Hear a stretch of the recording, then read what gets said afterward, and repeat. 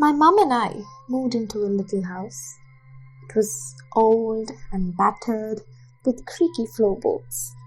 The house itself was basic, with 2 rooms, a tiny kitchen, and a basement. But that was all we could afford. One evening, when I came home, the house was still dark. I called out, "Mum!"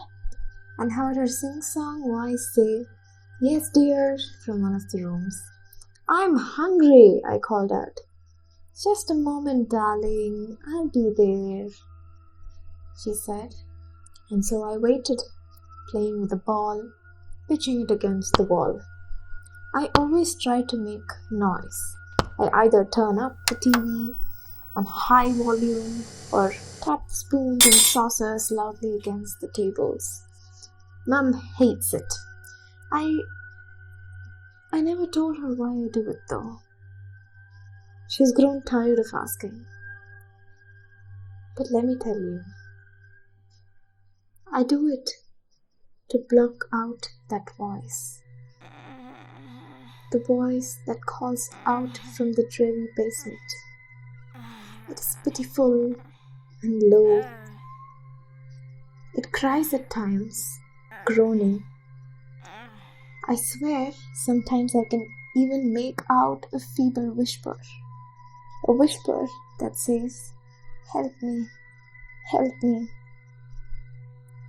I like to blame the old pipes and the howling winds. But deep down, I know it's not true. It is not the pipes and the winds. There is something in the basement. I've always wanted to go down there and see for myself. I was scared of doing it. But today, I was restless. Restless that my mother was taking so long. So I throw the ball harder. A tad too hard. The boards thump, and before I know it, the ball rolls into the confines of the dark basement. I ran after it.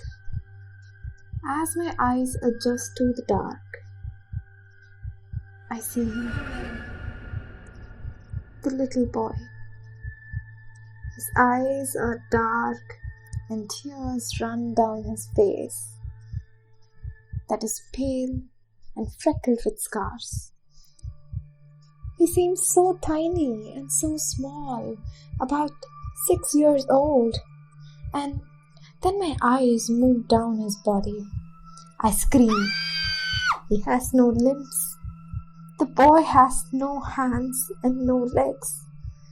There are black hollows where the limbs ought to be, and blood drips from it.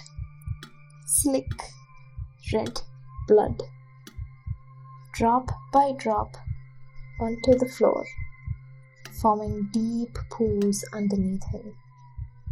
As I look at him, his scarred face crumbles. There is terror in it, absolute terror.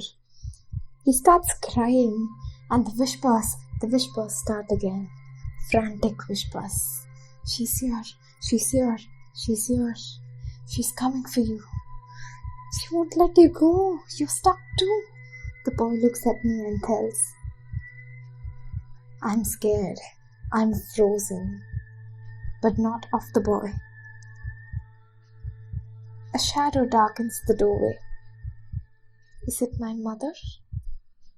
At the same time, however, I hear the main door open, and a tired, familiar voice calls out, "I'm home."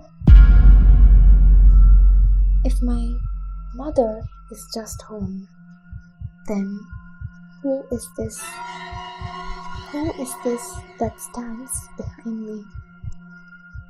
And then I hear the chilly voice say, "Sweetie, I'm here." I feel the claws on my shoulder.